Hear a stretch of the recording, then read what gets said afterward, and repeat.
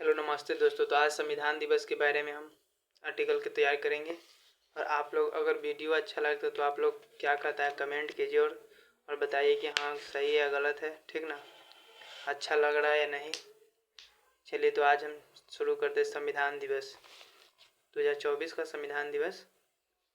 हाल ही में संविधान दिवस पर भारत के प्रधानमंत्री ने संविधान को अपनाने के 75वें वर्ष पूरे होने पर भारत के सर्वोच्च न्यायालय द्वारा समायोजन में भाग लिया। उन्होंने संविधान को सामाजिक, आर्थिक और प्रगति और न्याय के लिए महत्वपूर्ण जीवन दस्तावेज बताया।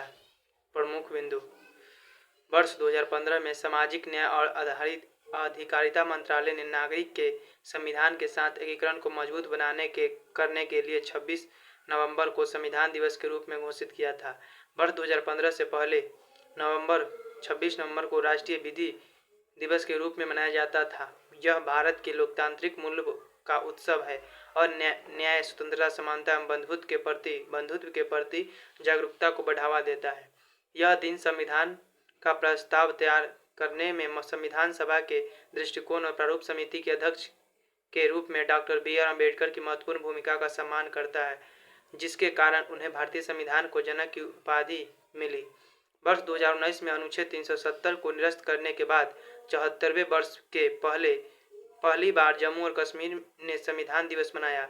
भारत के उपराष्ट्रपति द्वारा 24 जनवरी 2024 को शुरू किए गए हमारा संविधान हमारा सम्मान सम्मान अभियान का उद्देश्य नागरिकों में संविधान और भारतीय समाज को आकार देने में इसकी भूमिका के बारे में समझ को बढ़ावा देना। यह संवैधानिक जागरूकता, विधिक अधिकारों और जिम्मेदारों को बढ़ावा देने के क्रम में वर्ष भर चलने वाली पहल। इसके तहत क्षेत्रीय कार्यक्रमों, कार्यशालाओं और सेमिनारों के साथ साथ सबको न्याय, हर घर न्याय, सभी के लिए न्याय, नव संकल्प, भारत के लिए नए संकल्प एवं विधि जागृति अभियान, विधिक जागरूकता जैसे उप अभियान शामिल है। यह अभियान वर्ष 2047 तक विकसित राष्ट्र बनाने के भारत के दृष्टिकोण के रूप में है। भारत के राष्ट्रपति ने संविधान दिवस के अवसर पर संविधान सभा में 15 महिला सदस्य, जिनमें सरोजिनी नायडू, सुचेता कृपलानी, विजय लक्ष्मी पांडे शामिल है, ये योगदान पर प्रकाश डाला है। अब्बू स्वामीनाथन, एनी मैसकरीन, बेगम कुदसिया, एजाज रसूल और दक्षिणानयी बेलायुधन जैसे कम ज्ञात सदस्य को भी भारत के संविधान को आकार देने के क्रम में मान्यता दी गई। अब्बू स्वामीनाथन केरल में विधवा पर लगे सामाजिक प्रतिबंधों को देखने के बाद उन्होंने राजनीतिक में प्रवेश किया। हिंदू कोड बिल के माध्यम से लैंगिक समानता का समर्थन किया। एनी मैसकरीन 1902 से 1963, उन्होंने जातिवाद के विरोध के क्रम में सार्वभौमिक वयस्क मताधिकार हेतु अभियान चलाया। बेगम कुदसिया एजाज रसूल 1909 से 2001, यह मुस्लिम लीग की सदस्य थी। उन्होंने विभाजन पर जटिल विचारों के बावजूद धर्म आधारित निर्वाचन का विरोध किया। दक्षिणानयी बेलायुधन 1912 से 1978, यह विज्ञान में स्नातक करने वाली पहली दलित महिला और कोचीन विधान परिषद की पहली दलित महिला थी। उन्होंने दलित के लिए अलग निर्वाचन क्षेत्र का विरोध करने के साथ राष्ट्रवाद पर बल दिया। भारतीय संविधान एक जीवन दस्तावेज। संशोधनीयता: भारतीय संविधान में बदलती जरूरतों एवं परिस्थितियों के अनुसार संशोधन किया जा सकता है। यह अनुकूल इसे समय के साथ विकसित होने तथा इसके मूल सिद्धांतों को बनाए रखने में सहायक है।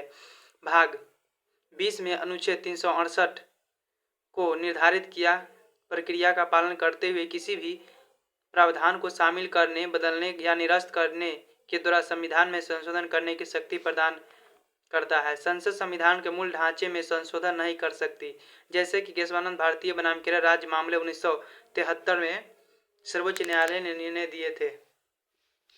संशोधन के प्रकार: संविधान में संशोधन तीन अलग अलग तरीकों से किया जा सकता है, अर्थात संसद के बहुमत से, संसद के विशेष बहुमत से तथा कुछ संशोधनों के लिए कुछ विशेष बहुमत प्लस राज्य का अनुसमर्थन। साधारण बहुमत से होने वाले संशोधन अनुच्छेद 368 के अंतर्गत नहीं आते हैं। न्यायिक व्याख्या न्यायपालिका विशेषकर सर्वोच्च न्यायालय संविधान की व्याख्या करने में महत्वपूर्ण भूमिका निभाती है। ऐतिहासिक निर्णय और विकसित व्याख्याएं यह सुनिश्चित करती है कि संविधान प्रासंगिक बने रहने के साथ समकालीन मुद्दों के प्रति उत्तरदायी बना रहे। न्यायालय ने समकालीन आवश्यकताओं को पूरा करने के क्रम में विभिन्न प्रावधानों की व्याख्या, जैसे के.एस. पुट्टास्वामी बनाम भारत संघ 2017 में निजता के अधिकार को मूल अधिकार के रूप में मान्यता दी। संघीय संरचना भारतीय संविधान की संघीय संरचना केंद्र एवं राज्य सरकार के बीच शक्ति संतुलन, क्षेत्रीय आवश्यकताओं तथा विविधता पर प्रकाश डाली। अनुच्छेद 246 सातवीं अनुसूची में 3 सूचियां संघ, राज्य और समवर्ती सूची शामिल है। केंद्र सरकार संघ सूची पर कानून बनाती है। राज्य सूची पर राज्य सरकार तथा समवर्ती सूची पर दोनों कानून बनाती है। राज्य और केंद्र के बीच टकराव की स्थिति में संघ के कानून लागू होते हैं। संविधान की संरचना इसके कुछ प्रावधान कठोर है जो संघवाद और धर्मनिरपेक्षता जैसे मौलिक प्रावधानों की रक्षा करता है। सामाजिक परिवर्तन के प्रति उत्तरदायी भारत के संविधान में ऐसे प्रावधान हैं जो उसे सामाजिक परिवर्तनों के प्रति उत्तरदायी बनाते हैं, जैसे कि हाशिए पर पड़े समुदायों की रक्षा करने एवं सामाजिक न्याय को बढ़ावा देने हेतु नए कानूनों को शामिल करना। उदाहरण के लिए वर्ष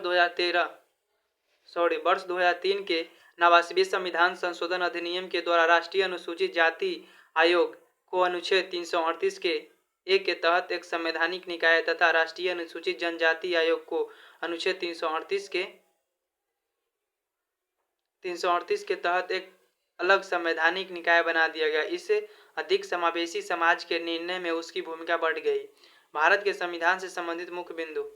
संविधान सभा को संविधान का प्रारूप तैयार करने में लगभग 2 वर्ष 11 महीना 18 दिन लगे।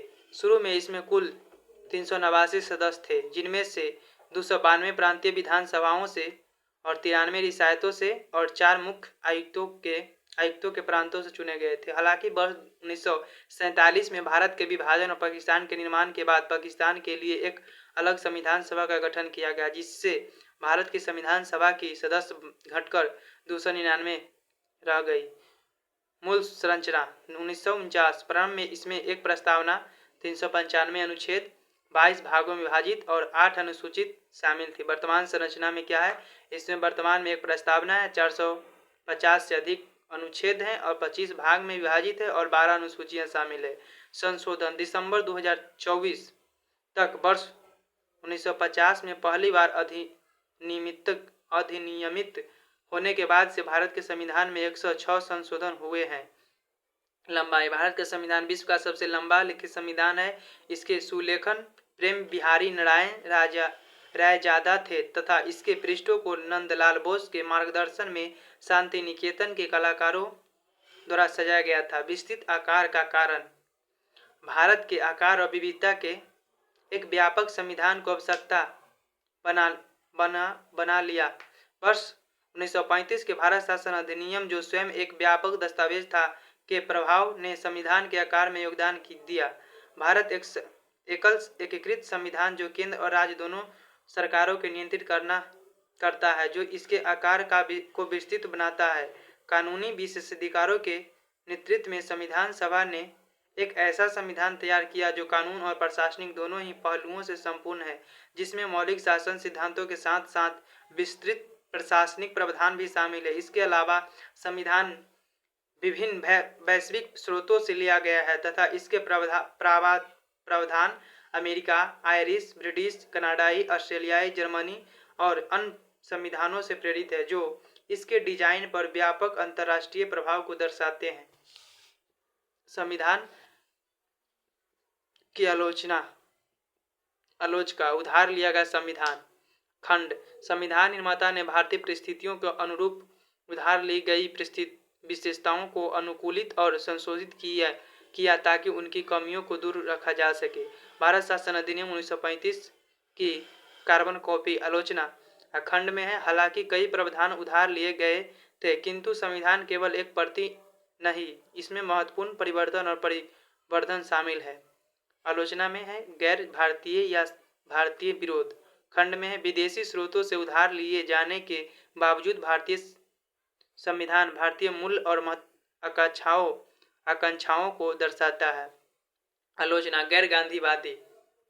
खंडन हालांकि यह स्पष्ट रूप से गांधीवादी नहीं है, किंतु संविधान महात्मा गांधी के अनेक सिद्धांतों के साथ संरेखित है। आलोचना एलिफेंटासाइज विस्तृत आकार।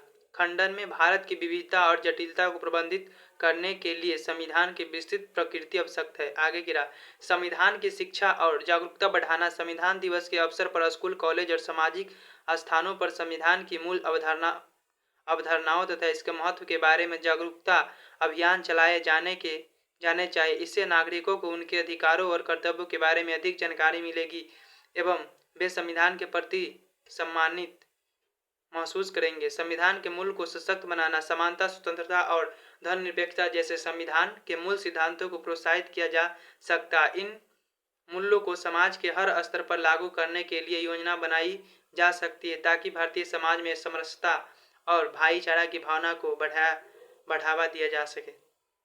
चलिए दोस्तों, तो आज संविधान दिवस के बारे में इतना ही था। तो अगर आप लोगों को वीडियो अच्छा लगता है तो शेयर कीजिए और सब्सक्राइब कीजिए और अपना फीडबैक भी दीजिए, कमेंट कीजिए कि हाँ आर्टिकल अच्छा लग रहा है या नहीं। चलिए, तो आज के लिए इतना ही। Bye, all the best, thank you so much.